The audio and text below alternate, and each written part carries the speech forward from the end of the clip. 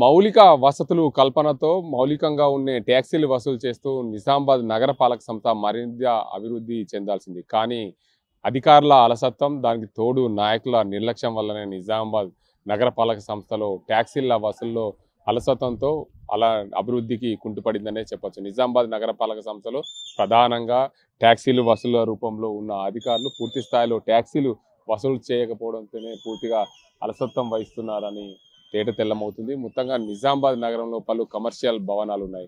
ఉదాహరణకి ఇటు మనోరమ హాస్పిటల్ భవనం కానీ, కపిల హోటల్ భవనం కానీ, నిఖిల్ సాయి, వంశీ, అదేవిధంగా త్రిమూర్తి, సిఎంఆర్ లాంటి ఎన్నో పెద్ద పెద్ద భవంతులు ఉన్నాయి. జయాలుకాస్, అదేవిధంగా నిజామాబాద్ ఏదైతే ఎల్లమ్మగుట్ట చౌరస్తా నుండి మొదలుకొని అటు వినాయక్ నగర్ వరకు అనేక ప్రధాన భవంతులు ఎన్నో ఉన్నాయి. ఆ ప్రధాన భవంతులకు ట్యాక్సీలు వసూలు చేయడంలో అధికారులు అలసత్వం వహించారని చెప్పవచ్చు. ఎందుకంటే ప్రధాన భవంతులకు సంబంధించి చూడొచ్చు, నిఖిల్ సాయి, వంశీ భవనాలకు సంబంధించి పూర్తి స్థాయిలో పర్మిషన్ ఏదైతే భవనానికి స్క్వేర్ ఫీట్కి ఇంత అనే పర్మిషన్ తీసుకున్నప్పుడు ఉన్న దాన్ని తగ్గించి ట్యాక్సీలు వసూలు చేసినట్లు ఆరోపణలు ఎదుర్కొన్నారు గతంలో పనిచేసిన మున్సిపల్ శాఖ అధికారులు. కానీ పూర్తి స్థాయిలో దాన్ని అన్నింటినీ కూడా సక్రమంగా చేసే దిశగా ప్రస్తుతం వచ్చిన అధికారులు చేయాల్సి ఉంది. కానీ పూర్తి స్థాయిలో వసూలు చేయడంలో కొంచెం నిర్లక్ష్యం వహించడం వల్లనే నిజామాబాద్ నగరపాలక సంస్థ అభివృద్ధిలో కుంటుపడిందని చెప్పుకోవచ్చు. దానికి తోడు నిజామాబాద్ జిల్లాలో ఉన్న ప్రముఖ నేతలందరికీ కూడా భవంతులు ఉన్నాయి. ఆ భవంతుల రూపంలో ట్యాక్సీలు ఏదైతే రెంటులు వస్తుంటాయి, ఆ రెంటులను 5 లక్షలు ఉంటే దాన్ని 2 లక్షలు 3 లక్షలు చూపించి ట్యాక్సీలు తక్కువ కడుతున్న నేపథ్యంలో ఈ నిజామాబాద్ నగరపాలక సంస్థ పూర్తి స్థాయిలో అభివృద్ధి చెందకపోవడం అని చెప్పొచ్చు. కేవలం రాష్ట్ర ప్రభుత్వము రోడ్లకు సంబంధించిన నిధులు మాత్రమే ఇవ్వడం, దీనికి అంతటికి సంబంధించి పూర్తి స్థాయిలో మౌలిక వసతుల కల్పనలో నిజామాబాద్ నగరపాలక సంస్థ అభివృద్ధిలో వెనుకపడిందనే చెప్తున్నారు. ప్రధానంగా దీనికి అంతటికి సంబంధించి ట్యాక్సీలు వసూలు చేసే అధికారులు అవినీతికి పాల్పడమే దీనికి అంతటిగా నిదర్శనం. గతంలో పనిచేసిన మున్సిపల్ శాఖ అధికారులు ఏదైతే మిలిటరీకి సంబంధించిన భవంతికి 5 లక్షల రూపాయలు ట్యాక్సీ ఉండడంతో కేవలం 3 లక్షలు నాకు ఇవ్వండి అని డిమాండ్ చేయడం, వాళ్ళు 2 లక్షలు ఇవ్వడంతో దానికి నామమాత్రం ట్యాక్సీలు వసూలు చేసినట్లు పేర్కొంటున్నారు. కొంతమంది అయితే ఏదైతే సామాన్య వ్యక్తి ఇల్లు కట్టుకున్నప్పుడు కొంచెం మెట్లు కానీ కొంచెం 1 ఇంచు 2 ఇంచులు బయటకు వస్తే మాత్రం దానికి ట్యాక్సీలు వసూలు చేస్తున్నారు, లేదంటే ఏదైతే కూల్చుతున్న పరిస్థితి నెలకొంది. అదే కోణంలో కూడా మున్సిపల్ శాఖ పూర్తిసారి సామాన్యులకు ఒక రేటు, అదేవిధంగా ధనికులకు ఒక రేటు అనే విధంగా ప్రయత్నాలు సాగించడం వల్ల పూర్తిగా నిజామాబాద్ నగరపాలక సంస్థలో మొత్తంగా అవినీతి ఆజ్యమేలుతుంది. దీనికి అందరికీ సంబంధించి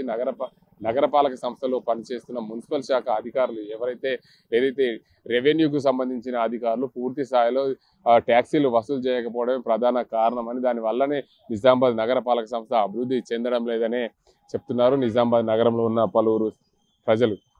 మరోవైపు నిజామాబాద్ అభివృద్ధి చెందాలి అంటే నగరపాలక సంస్థలో ఉన్న ప్రతి ఇంటికి సంబంధించిన ఇంటి నెంబర్లలో కూడా అవకతవకలు జరిగాయి. ఇంటి నెంబర్లు అవకతవకల్లో అనేక డబ్బులు వసూలు చేశారు గతంలో ఉన్న అధికారులు. వీటినన్నింటినీ కూడా సరిదిద్దే బాధ్యత నగరపాలక సంస్థ కమిషనర్ది. జిల్లాకు సంబంధించిన జిల్లా కలెక్టర్ బాధ్యత తీసుకొని దీని అన్నింటినీ కూడా అవినీతికి పాల్పడే అధికారులని సస్పెండ్ చేయాలి. లేదంటే దాని ఏదైతే అవినీతి ఎక్కడ జరిగిందో దాన్ని సరిదిద్దే ప్రయత్నమన్నా చేయాలి అని చెప్తున్నారు. నిజామాబాద్ నగరం మరింత అభివృద్ధి చెందాలంటే స్థానికంగా ఉండే జిల్లా కలెక్టర్ దీన్ని దృష్టి పెట్టాలి. మరోవైపు ప్రస్తుతం ఉన్న మున్సిపల్ కమిషనర్ పూర్తి స్థాయిలో అవినీతికి పాల్పడుతున్న అధికారులపైన చర్యలు తీసుకునే విధంగా చర్యలు చేపట్టాలి. రాష్ట్ర ప్రభుత్వానికి ఏదైతే అవినీతి అధికారుల చిట్టా వెళ్ళిన నేపథ్యం పూర్తి స్థాయిలో ఏదైతే నిజామాబాద్ నగరపాలక సంస్థ అభివృద్ధి చెందాలంటే ట్యాక్సీలు సక్రమంగా వసూలు చేసి దాంతోపాటు ఇంటి నంబర్ల అవకతవకలను సరిదిద్దే దిశగా ప్రయత్నాలు చేస్తే నిజామాబాద్ నగరపాలక సంస్థ మౌలిక వసతుల కల్పనలో పూర్తి స్థాయిలో ముందుంటుందని చెప్పవచ్చు. నిజామాబాద్ నగరపాలక సంస్థల్లో ట్యాక్సీలు వసూల్లో అవకతవకలు జరిగిన ఆరోపణలు ఎదుర్కొంటున్నారు మున్సిపల్ శాఖ అధికారులు. పూర్తి స్థాయిలో పెద్ద పెద్ద భవనాలు నిర్మాణం చేసినప్పుడు అక్కడ నిబంధనల ప్రకారము ఏదైతే ట్యాక్సీలు చెల్లించాల్సింది ఆ లంచాలు తీసుకొని దానికి సంబంధించిన ట్యాక్సీలు తక్కువ రూపంలో వసూలు చేస్తున్నట్లు ఆరోపణలు ఎదుర్కొన్నారు. మనతో మాట్లాడేందుకు నిజామాబాద్ జిల్లాకు సంబంధించిన నేత బిఎల్ఎఫ్ రాష్ట్ర అధ్యక్షుడు దండి వెంకట్ ఉన్నారు. వారిని అడుగుదాం. సార్ చెప్పండి, ముఖ్యంగా ఏదైతే నిజామాబాద్ నగరపాలక సంస్థలో అనేక పెద్ద పెద్ద భవంతులు ఉన్నాయి, ఆ పెద్ద పెద్ద భవంతుల దగ్గర ట్యాక్సీలు వసూల్లో మున్సిపల్ శాఖ ఆరోపణలు ఎదుర్కొన్నాయి. ఎందుకంటే ఒక ఉదాహరణకి చూసుకుంటే మల్టీప్లెక్స్ కానీ నిఖిల్ సాయి కానీ, వంశీ హోటల్ కానీ పెద్ద పెద్ద భవంతులు ఉన్నాయి. వీరి దగ్గర స్క్వేర్ ఫీట్ ఆధారంగా డబ్బులు వసూలు చేయాలి. కానీ తక్కువ మోతాదులో ఏదైతే ఎస్టిమేషన్ వేసి తక్కువ బిల్లులు వసూలు చేస్తున్నట్లు ఆరోపణలు ఎదుర్కొంటున్నారు. ఇప్పటికే పలువురు సీఎంకు కూడా ఫిర్యాదులు చేసిన పరిస్థితి ఉంది. దీనిపై మీరేమంటారు? వాస్తవానికి నిజామాబాద్ నగరపాలక సంస్థని గతంలో ఉన్నటువంటి అధికారులు, ముఖ్యంగా రెవెన్యూ డిపార్ట్మెంట్ ట్యాక్సీలు ఏవైతే వసూలు చేస్తారో, పోయిన రాజేంద్ర కుమార్ అనేటువంటి డిప్యూటీ కమిషనర్ గారు దీనికి ఇన్ఛార్జిగా ఉన్నారు. ఇవాళ చూస్తే ఇక్కడ 7 లక్షలు ఉంటే దానికి 4 లక్షలు చేశారు. 21 లక్షలు చెల్లించాల్సి ఉంటే దాన్ని 10 లక్షలకు తగ్గించారు. ఎందుకంటే ఒక మెయిన్ రోడ్ మీద ఒక మల్టీప్లెక్స్ సినిమా థియేటర్, ఒక లాడ్జ్, అది మొత్తము మున్సిపల్ నిబంధనలకు వ్యతిరేకంగా నిర్మాణం జరిగింది. పార్కింగ్ ప్లేస్ అని చూపించారు. పార్కింగ్ ప్లేస్ అంతా కూడా వ్యాపార సముదాయాన్ని నిర్మాణం చేశారు. అదేవిధంగా 2 ఫ్లోర్లకు పర్మిషన్ తీసుకొని మీద పెంట్ హౌస్ చూపించి దాన్ని కూడా లాడ్జ్గా మార్చి కమర్షియల్కి ఇచ్చేసి లక్షలాది రూపాయలు సంపాదిస్తూ ఉన్నారు. ఇట్లా మరి ప్రభుత్వం మామూలు పేదవాళ్ళు ఎవరైనా చిన్నగా రోడ్డు మీదకి ఒక 4 మెట్లు పోతే వాళ్ళని ఆ మెట్లు కూల్చేస్తారు, వాళ్ళని భయభ్రాంతుల్ని చేసేసి వాళ్ళ దగ్గర డబ్బులు వసూలు చేస్తారు, లేదా వాళ్ళ మీద ట్యాక్సీలు వేస్తారు. ఇవాళ ఈ నిఖిల్ సాయి అనేటువంటి ఒక పెద్ద మల్టీప్లెక్స్, తర్వాత హోటల్ అంతా ఉంటే వాళ్ళు కట్టేది కేవలం 10 లక్షల రూపాయలు కడతా ఉన్నారు. అదేవిధంగా ఇంకొక త్రిమూర్తి ఎంటర్ప్రైజెస్ అని 7 లక్షల రూపాయలు ఉంటే 4 లక్షల రూపాయలు కడతా ఉన్నారు. అంటే ఈ విధంగా ఒకటి కాదు, చాలా హోటల్స్ కానీ ఇవాళ హాస్పిటల్స్ కానీ ఇవన్నీ కూడా దాదాపు municipal corporation revenue section correct పద్ధతిలో వసూలు చేస్తే ఒక 200 నుంచి 300 కోట్ల రూపాయలు మున్సిపాలిటీకి ఆదాయం వస్తుంది. ఇవాళ ఇంకొక రకంగా చూస్తే కొంతమందికి ఇక్కడ ప్రజాప్రతినిధులకు సంబంధించి కానీ ఇక్కడ వాళ్ళకి వ్యాపారాలు ఉన్నాయి, పెద్ద పెద్ద వ్యాపారాలు ఉంటే 10 లక్షలు రెంట్ వస్తే దాన్ని 5 లక్షలకు తగ్గించారు. 5 లక్షల రెంట్ ఉంటే దాన్ని 2.5 లక్షలకు తగ్గించారు. 2.5 లక్షలు ఉంటే 1 లక్ష రూపాయలకు తగ్గించారు. ఇట్లా దుర్మార్గమైనటువంటి, ఎందుకు ఇదంతా చేశారు అంటే వాళ్ళ దగ్గర డబ్బులు తీసుకొని ఇట్లా చేశారు. ఇంకొకటి ఉదాహరణ, ఈ మధ్యలో ఒక సైనికులకు సంబంధించినటువంటి ఒక భవనం ఉంది.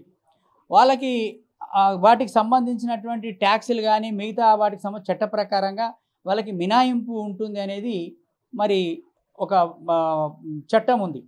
వాళ్ళని భయభ్రాంతులు చేసి మీకు 5 లక్షలు ఉంది కాబట్టి పోయిన రాజేంద్ర కుమార్ అని చెప్పేసి డీసీ ఆయన వాళ్ళని బెదిరించి కడితే మొత్తం 5 లక్షలకు మీకు ఫైన్ వేస్తా, లేదా నాకు 3 లక్షలు ఇవ్వండి అంటే వాళ్ళు కాళ్ళ వేళ్ళబడి ఆయనకు 2 లక్షలు ఇచ్చేసి మరి మిగతా దాన్ని రెగ్యులరైజ్ చేసుకోవాలి, దాని అవసరం లేకుండా దాన్ని రెగ్యులర్, ఇట్లా అనేక మందిని భయపెట్టించి డబ్బులు వసూలు చేసుకొని వెళ్ళాడు అతను.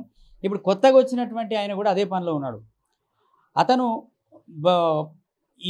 వీటి మీద అంటే విపరీతంగా డబ్బుల మీద ఒక ప్రత్యేక పద్ధతి ప్రకారం కాకుండా ఇష్టానుసారంగా వాళ్ళు వేసేటువంటి ఇంటి నెంబర్లు కానీ ఇంటి నెంబర్లకు సంబంధించినటువంటి డబ్బులు వసూలు కానీ వీటి మీద నగర ప్రజలు పెద్ద ఎత్తున మరి ఆందోళన నిరసన తెలియజేయాలి.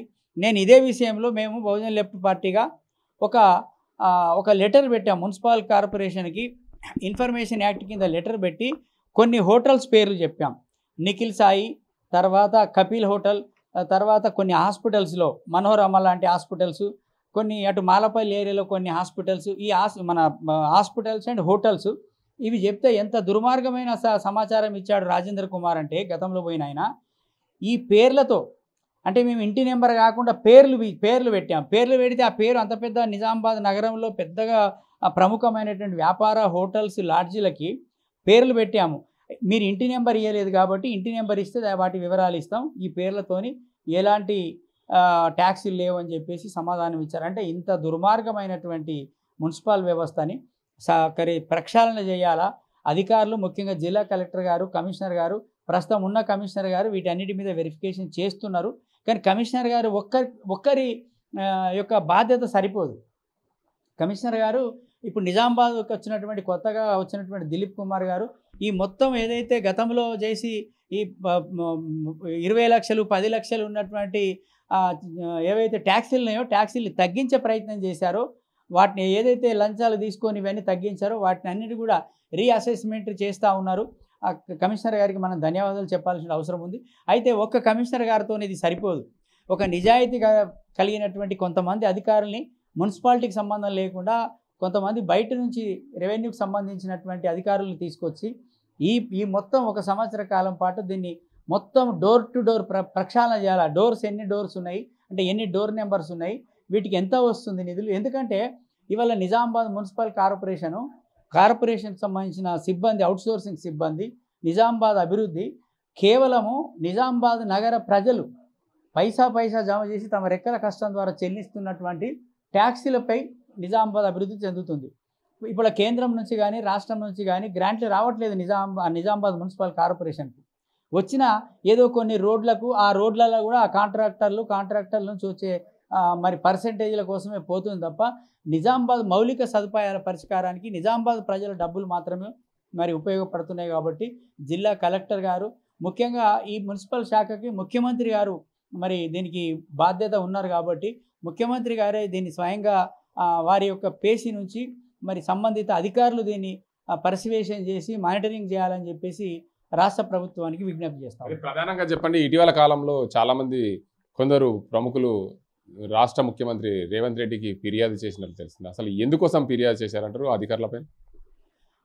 అంటే ఇక్కడ కోట్ల రూపాయలు సంపాదించేటువంటి లాడ్జీలు, హోటల్స్ లేదా వ్యాపార సముదాయాలు వీళ్ళు మరి ఆదాయాన్ని కోట్లలో సంపాదిస్తున్నప్పటికీ మున్సిపల్ నుంచి సేవలు పొందుతున్నారు, వీళ్ళు సరైన మరి ట్యాక్సీలు కట్టట్లేదు అని చెప్పేసి మరి ఒక ఇంజనీర్ R&B ఇంజనీరు మరి హనుమంతరావు గారని ఆయన స్వయంగా ఒక ఇంజనీర్గా ఆయనకి ఇన్ఫర్మేషన్ ఇవ్వకపోతే ఆయన శాటిలైట్ ద్వారా వాటి ఫోటోలు వాటిని మొత్తం తీసుకెళ్ళి వివరాలన్నిటితోని ఇప్పటికే ముఖ్యమంత్రి గారికి 2-3 లేఖలు ఇచ్చారు.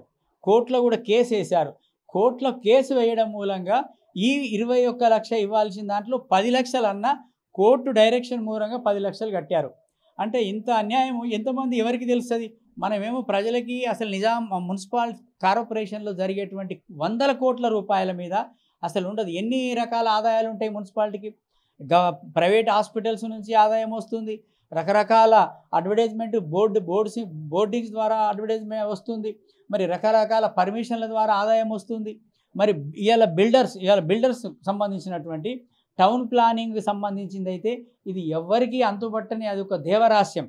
అక్కడ ఏం జరుగుతుందో, ఎవరు డబ్బులు కడుతున్నారో, మున్సిపాలిటీకి ఎంత ఆదాయం వస్తుందో అది మున్సిపాలిటీ దాన్ని ప్రకటించలేదు.